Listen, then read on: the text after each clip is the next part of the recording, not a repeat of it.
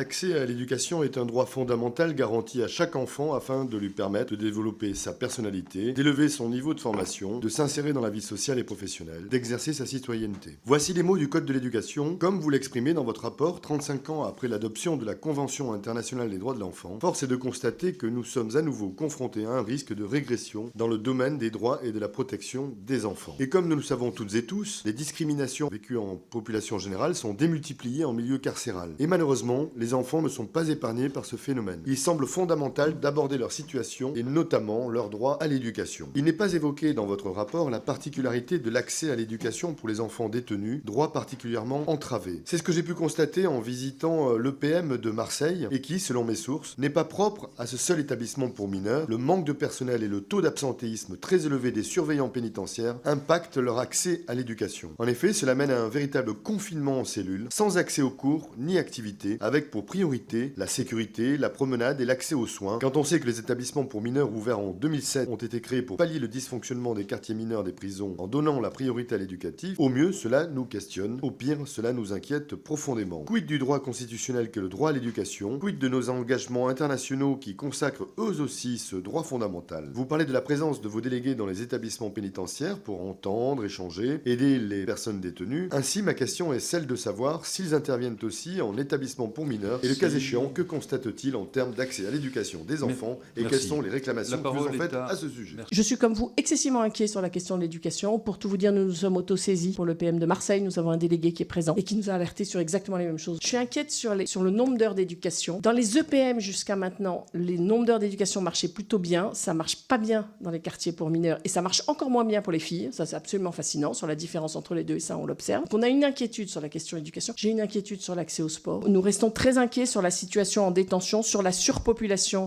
carcérale qui, dans les maisons d'arrêt, peuvent attendre 150%, 200%, et évidemment porte atteinte aux droits des détenus et complique aussi le travail des surveillants.